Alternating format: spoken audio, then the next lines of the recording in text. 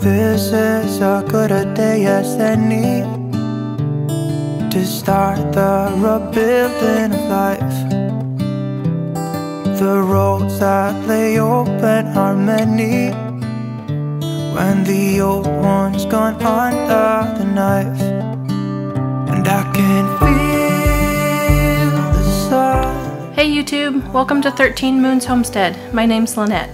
If you've been watching my channel for a while, you know we're just starting our homestead, and because we moved here in the fall and now we're here through the winter, I didn't have a lot of crops or anything to put up, and also we're coming into this not really knowing how to be farmers or homesteaders. Very little experience in gardening and no experience in livestock.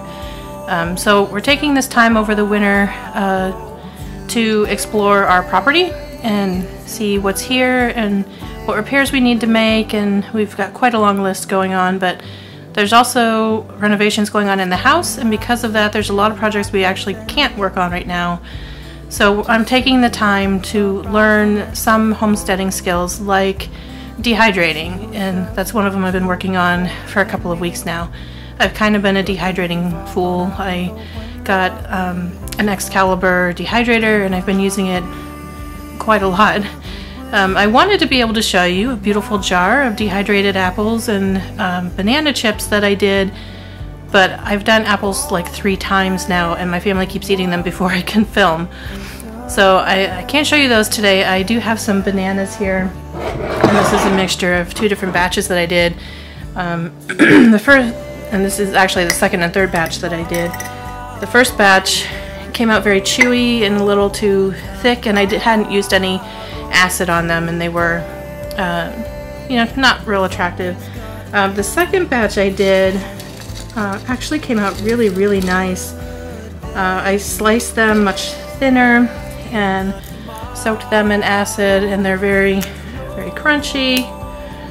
Snap, and these have been great snacks. There's not very many of these left, but it took so much time to slice all the bananas, so I went ahead and ordered 2 different versions of banana slicer to see if that would save me time. It did save me time slicing bananas, but they came out much thicker. So when I went to dry these, you know, they do kind of snap, but when you eat them they are a little bit chewy, and it's just a little bit much for snacking. These are still really good to rehydrate. We've been using them in cereal and oatmeal and stuff. You just stick them in there when you know, we're cooking instant oatmeal in the microwave, so we just stick them in there with the liquid and the oatmeal and cook it, and it comes out great. With cereal you do need to let them soak in the milk a little bit for them to soften, but they're also good as kind of a crunch if you don't let them sit too long. So that's what I've got for bananas so far. I'm learning that not only do you need to dip them in acidulated water, you actually need to let them soak a little bit or they'll still get kind of brown, but it gives you an idea. The lighter ones are the nice batch for snacking. It'll be good in trail mix. And the browner ones, they're still good for rehydrating. There's nothing wrong with them at all. They taste fine. They're just not as pretty. And a little bit thick for snacking. And then I discovered, I bought a couple of dehydrating books, and I discovered this book. And this book is so much fun. It's got some really great recipes in it, which of course, because it's copyrighted, I can't share the exact recipes with you, but I will put the link for this book on Amazon down below. But I can show you kind of what I made. I did the cinnamon chocolate almonds, and I did those right here, and they're really good. They're nice and mild, and you don't taste the cinnamon very much. I think next time I would put a little bit more, and I might add just a little bit of salt to bring out the chocolate flavor a little bit, or instant coffee maybe. But my daughter in particular, one of my daughters, really loves these, and they're really good to snack on. That was the first time also that I had pre-soaked nuts for anything, because I never knew you needed to do that. So they were soaked overnight and then rinsed and drained, and then I mixed up the recipe and mixed all the nuts in, and they did take it was about 24 hours to dry. Let me me see. Yeah, it says, the recipe says 18 to 24 hours. It might have been right around 20 hours. And they work like a charm, and they're storing just fine in this jar. And each recipe tells you how you need to store it. Not all of them can be out on the shelf. Some do need to go in the refrigerator, depending on what's in them. These recipes, they're not all sweet. Some of them are savory, some of them are snacky, some are other things. There's fruit leathers and nuts and seeds and vegetables and fruits, all kinds of things in here. So I want to share that with you. And then today I'm going to be doing zucchini. It's another recipe from this book, which is garlic zucchini chips. So that is what I'm going to be working on today, except I'm going to be doing more than what the recipe calls for here, because it's only calls for 3 large zucchini. And I've been to Costco, and I've got all of these to do zucchini and summer squash, so that's what I'm going to be working on today. And I wanted to share with you how, when I'm doing large batches of things that need sliced, peeled, or noodled, a lot of people will use a spiralizer or a mandolin or food processor, depending on, on what you have and what your preference is. I do have a food processor, but it's in storage somewhere and I can't find it. But what I did manage to find is this attachment that goes on my KitchenAid mixer. And I originally bought this to spiralize zucchini and other things, to make zucchini noodles and other kinds of noodles and fries. But this kit has 6 different blades in it. I'll show you here. And the arm that goes on, and the little skewer that you stick your fruit or veggies on. So I'll be using a slicing blade today that makes very thin slices. And I don't know if you can see that little icon on there. Right here. Each of these blades has a little icon, and there's a book in here that tells you, which blade is best for which things as a general guideline, and then there's more specific instructions in this little booklet that comes with it.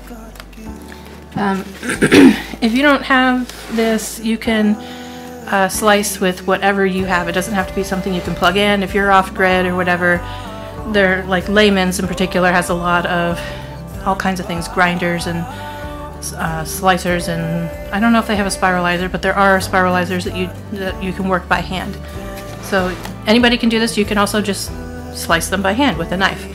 I have some chronic pain issues, so I take every shortcut that I can to make sure that I can put food up and I can do the jobs that I need to do, and still be able to function, because I can still do things, the old-fashioned way if I need to.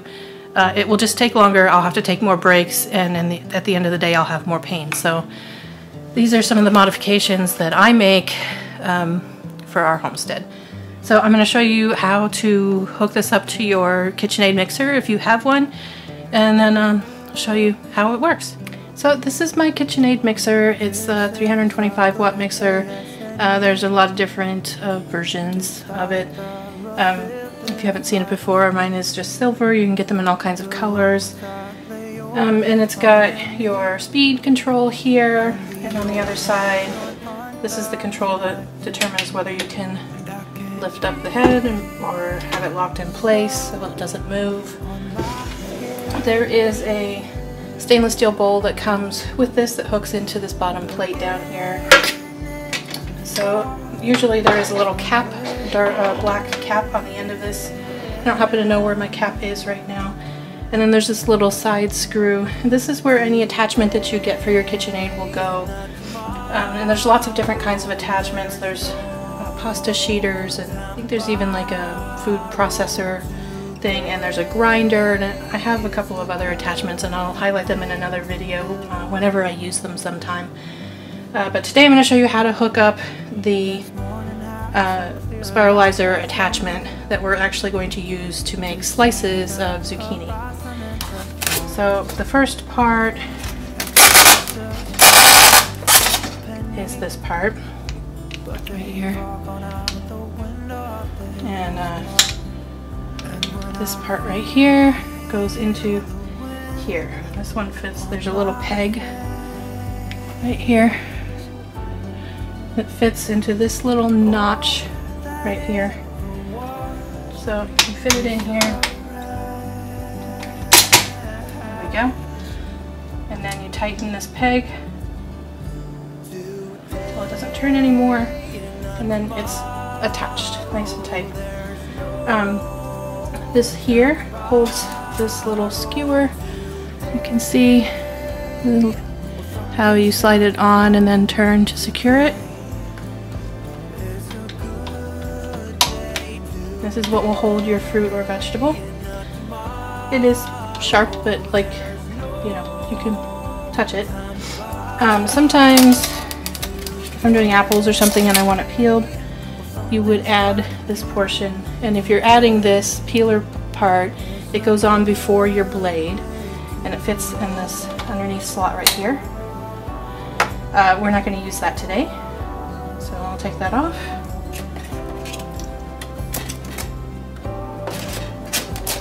And we are going to be using this blade right here with that little symbol,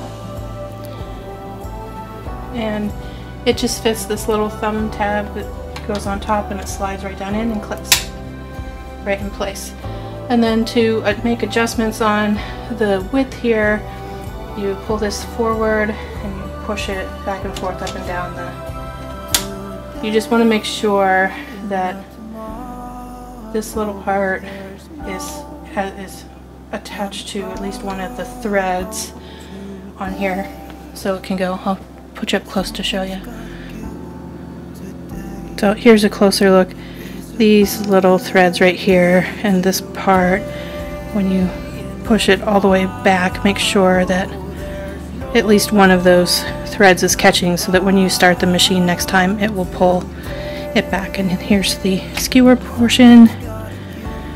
So if you look, this is not a very large space, so we're actually going to cut our zucchini probably in about half, so that it fits a little nicer.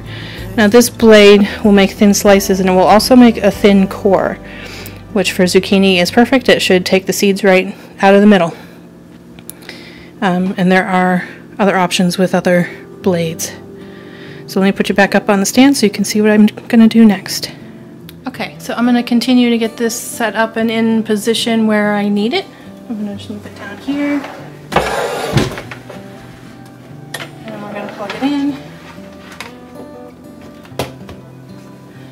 And I'm going to put a little bowl or pan underneath just to catch the cores, and if there were peelings, to catch the peelings. And we'll have a bowl ready over here to put the finished slices in, and I'm also going to need a cutting board and a knife. I'll be right back. Okay guys, I got my zucchini and my summer squash all washed and ready to go, so I'm gonna trim them up and then slice them on the thing, and I'll speed that part up for you, and I'll see you again at the end.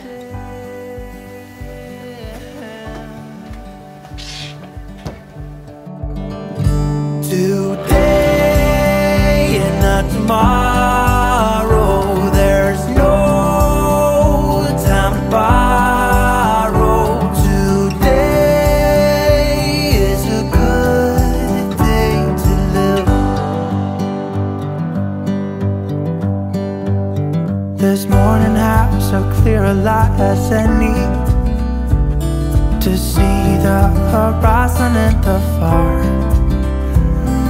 Excuses were 2 for a penny, but they've all gone out the window of this car.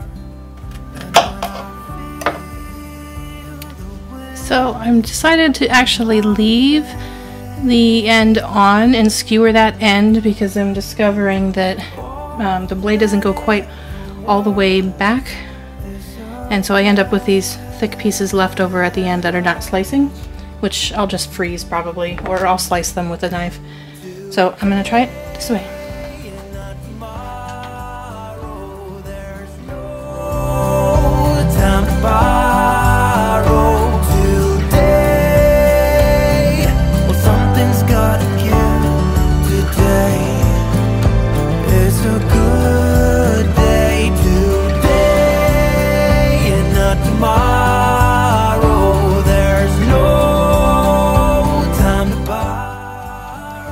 I think that's perfect. It leaves just the little end that I would have sliced off anyway. These in the cores, I'll probably freeze these also and save them for vegetable broth. And in case you can't see how these are coming out, it kind of makes a double spiral, so it can be a bit of a mess, but if you can stack up little sections and break them off and then make a slice just through one side, then you'll have little chips.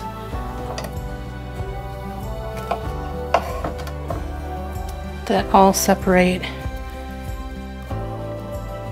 I'll separate out like this. So it's not perfect. Sometimes you'll get a little double spiral thing, but it doesn't really matter. So some of these, all of these, the summer squash are not as straight and, you know, easy as the zucchini, so I'll probably trim these down so that most of what I put on there is about the same thickness, and the rest of the good parts I'll chop up to put in a freezer bag.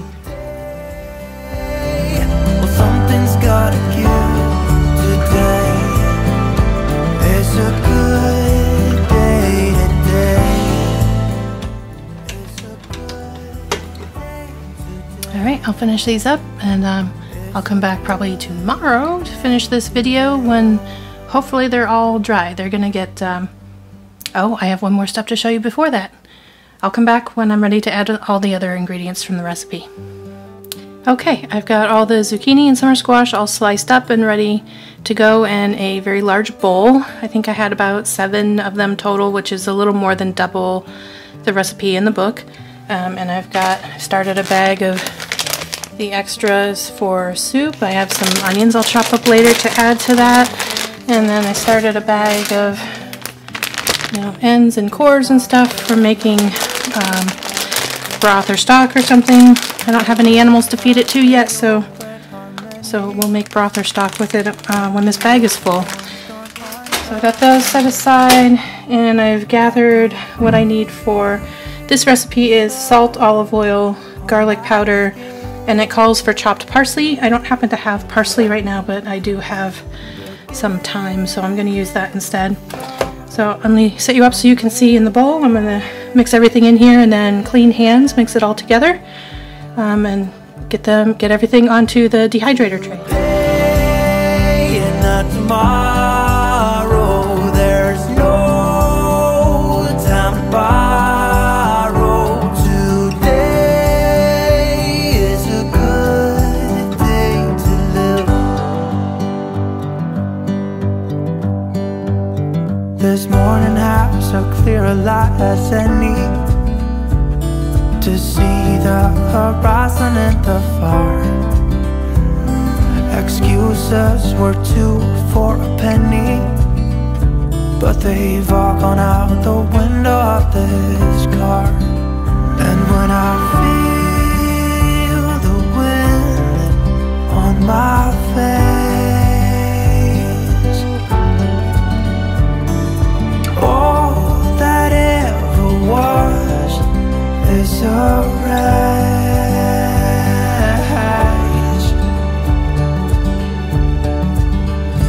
Today and not tomorrow, there's no time to borrow. Today, well, something's gotta give.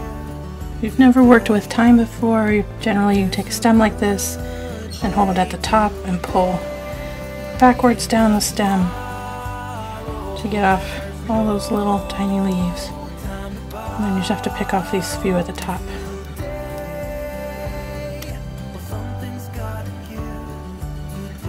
If you're using thyme in soup, you can just put the whole stem in there and all the leaves will cook off. And you just pull the stems out later.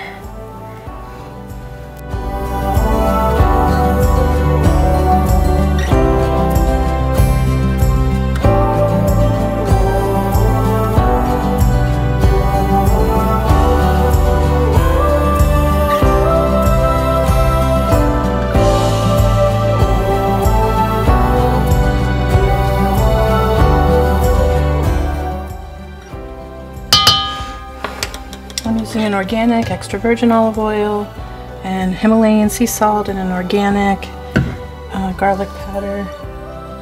Okay, that's all the ingredients, so let's mix it together. Tomorrow, there's no...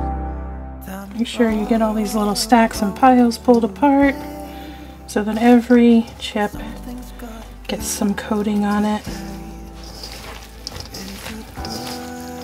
Okay. I think that's pretty well mixed. I'm going to wash my hands and get the dehydrator trays out. Time to borrow today. Well, something's gotta give today. So it's the day after I dehydrated the zucchini chips, the recipe that I showed yesterday, and I just wanted to show you how it turned out. So here they are. They're very pretty. They're very thin, and I'll show you. They are crispy, and they do break and snap. When you eat them, they are a little bit chewier than I want them to be, and these are so super thin. They're not the kind of chips that I was expecting. I'm really kind of hoping to make a chip that is something more that you could use in a dip. And a couple things I would change, even if I do this recipe with the thin ones again, just for snacking. I don't think that I would mix the oil and salt and garlic powder and thyme in the bowl with the slices. I think what I would do instead is lay the slices out on the dehydrator screens, spray them with a thin covering of oil, and sprinkle on the salt and garlic powder a little more thin. I kind of had trouble with the stacks of slices sticking together, so not every piece is coated evenly. And also, when I put all the salt and everything in the bowl, it takes a little while then to get everything out on the trays. And in that time, by the time I got to the end of the bowl, a lot of liquid had been pulled out of the zucchini and summer squash from the salt and was pooled in the bottom. So everything in the bottom had been just sitting in liquid and was soaked. So there's actually, I could maybe even salt them and pat them dry before adding other flavorings. I don't know, I'll have to experiment. I'm having fun experimenting with the dehydrator. It doesn't cost too much if I make small batches, and it's fun to see how it's working and work out some logistics before I get serious about putting away food to store. But these as they are, we'll snack on these. They also would really be good, you know, to top like an Italian dish. You could throw these in a soup or a sauce and let them rehydrate. They are well seasoned. They're maybe just a little too salty. I did a double batch from what the recipe said, and the recipe said to dry them for, I think it said 4 to 7 hours. Here in the Pacific Northwest, we have high humidity this time of year, and mine ran for 10, and I still feel like they could be a little less chewy. And definitely I used too much oil, because I don't know if you can really see it on camera, but they actually kind of glisten. So these I actually will probably store in the refrigerator. This way it's on my fingers too, getting oily. So that's the finish to that. My next project will be apples, and I will try this time to actually film the result, to show you the results before my family eats them all. So that's that, and I'll remind you, the book that I got the recipe from is called Dehydrating at Home by Keogh. And I will link it down below. I got it from Amazon. It's really nice, just different things. This is not what you want if you're just gonna dehydrate things to store to rehydrate later for cooking. This is more snacks and interesting things. There's fruit leathers and, you know, nuts with both sweet and savory seasonings. There are main meals and desserts. How to dry your herbs and make herb blends type of thing. Jerkies. Even pet treats in here. So this one's not your basic dehydrator book. This one is more recipes with flavorings, which is something that I was looking for. I do have other dehydrating books, and I will cover some of those on future dehydrating projects that I bring and share with you. So that is that, and there'll be more to come. This is one of the skills I'm working on this winter while I kind of wait to be able to work on the garden. I have some gardening things coming up too. I do have new seed mats and grow lights and a bunch of seeds. I need to order some more though. So hopefully I need to get the greenhouse cleaned out a bit, and then we can start some seeds out there. So stay tuned for more videos. Thanks for watching. Like, comment below, subscribe, hit the bell if you want to be notified anytime I bring out a new video. And we'll see you next time. The roads that lay open are many when the old one's gone under the